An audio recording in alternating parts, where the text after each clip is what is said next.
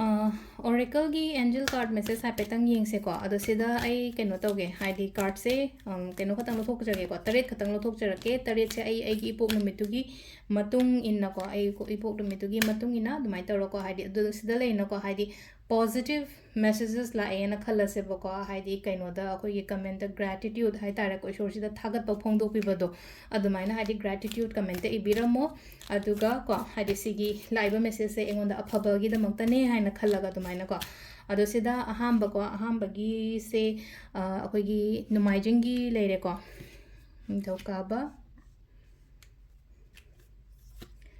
leibak pokpa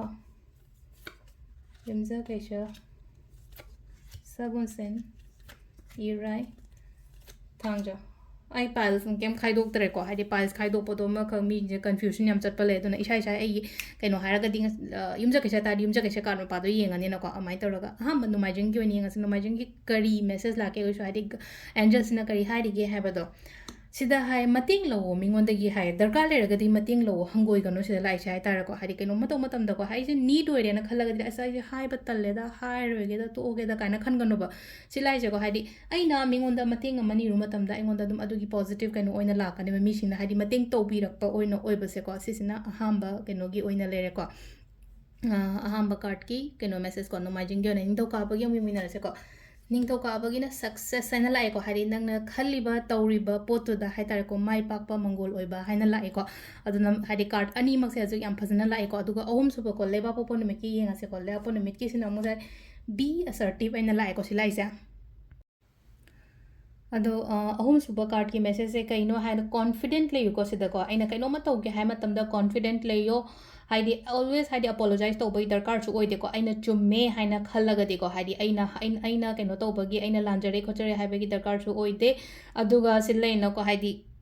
foundation hai tare ko limitation gumba thammo haidi loina mak leina ko yamna draw da tawraga su chat kano ko miga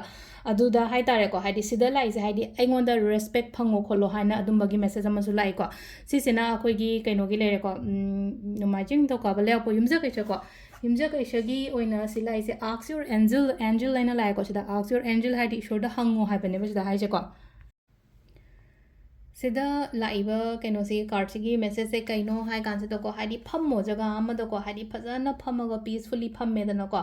imung gumba da ni khangde agi room da ni khangde ko aduga meditate kumba tawba da aingon da haitar ko guidance hara sine ko haidi manga na ma sa ma thandalo en ko khanda ba matam da ko je pura ko inghala kaino ma khallaga di haidi wakhan ju tholena ko wakhan ma sa ma thanda tholakani ba tholai ba wakhan do koina haitar gi shor sine aingon da guide pibirak pane haina khallaga do mai taraga lei ko asida ngai numain to ko bale awim jaga ko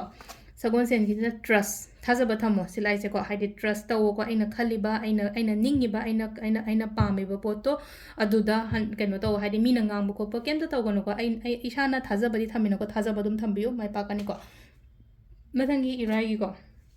irai gi sina abundance and lai ko abundance se hogi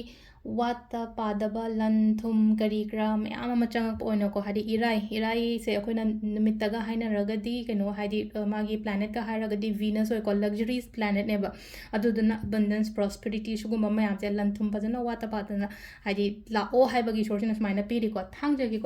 thangjagi sina hadi selai se romance haina lai ko romance nga sai nushina ba khotpa hai tar ko relationship kari kra adumai taroga yam phaba khopa adumai taro le ko aduna hadi nga sai gi angel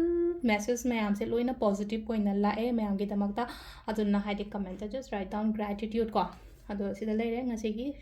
atenba card reading ko mayam gi damakta thank you